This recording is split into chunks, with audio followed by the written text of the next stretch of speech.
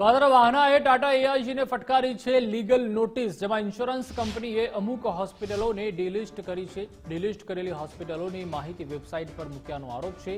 હોસ્પિટલોએ જવાબ માંગતા ટાટા એઆઈજીએ ઉડાવ જવાબ આપ્યાનો પણ આરોપ છે. આહનાએ ટાટા એઆઈજી સામે ₹1 કરોડ બદનક્ષીનો દાવો દાખલ કર્યો છે. ટાટા એઆઈજીનો સંપૂર્ણપણે બહિષ્કાર કરવાની પણ આહનાએ ચીમકી ઉચ્ચારી છે.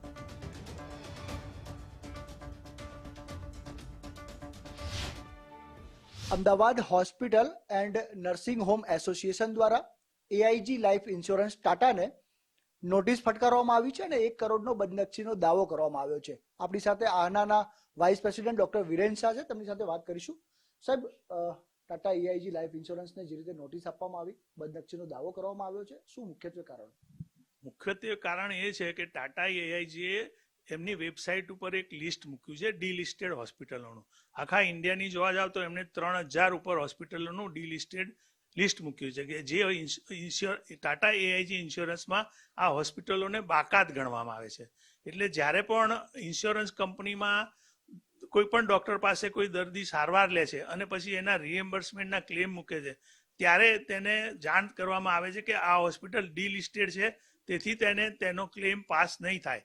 એટલે અમે ટાટા એઆઈજીને અમારી રજૂઆત કરી હતી, પણ તેમણે કોઈ પ્રત્યુત્તર ના આપ્યો. એટલે અમે અમારા વકીલ દ્વારા તેમને એક નોટિસ આપી અને આ નોટિસનો પણ તેમણે અમને જવાબ આપ્યો નથી. એટલે અમે તેમની સામે જો હવે વધારે પડતું અમને જવાબ નહીં આપે તો અમારે જલદ પગલાં લેવા પડશે. સર, આના કારણે જે દર્દીઓ છે અથવા હોસ્પિટલ છે, કેટલી સફળ થઈ રહી છે? એટલે દર્દીઓ જ્યારે પૈસા ખર્ચીને તેમની સારવાર કરાવે છે અને પછી તેમને ઇન્સ્યોરન્સ હોવા છતાં પણ તેમનો ક્લેમ જ્યારે મળતો નથી, ત્યારે તેમને બહુ જ હાલાકી થાય છે.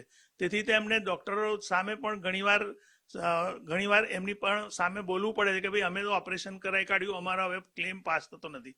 એટલે અમે આવા દર્દીઓને સલાહ આપીએ છીએ કે તમે ઓમ્બુડ્સમેનમાં જાઓ, જેથી કરીને તમારો ક્લેમ ત્યાં ચોક્કસ પ્રમાણે પાસ થઈ જશે. અત્યારે આપણે લીગલ નોટિસ આપી છે, ₹1 કરોડનો બદનક્ષીનો દાવો આપણે કર્યો છે, તેમ છતાંય જો કોઈ યોગ્ય નિર્ણય ના આવે તો આના કઈ રીતે આગળ એક્શન લેશે? એટલે અમે હવે એનું છેલ્લા પગલા તરીકે 15 જુલાઈથી ટાટા એઆઈજીના કોઈ પણ પ્રકારના ક્લેમ ઇન્સ્યોરન્સ માટેના લઈશું નહીં. એટલે જ્યાં પણ હોસ્પિટલો એના પેનલ તરીકે રજીસ્ટર્ડ છે ત્યાં કેશલેસ કામ નહીં કરવામાં આવે, તથા તેના રિએમ્બર્સ ક્લેમ માટેના પણ અમે કોઈ પણ પ્રકારના ડોક્યુમેન્ટ રિલેટેડ પેશન્ટોને સહકાર નહીં આપીએ.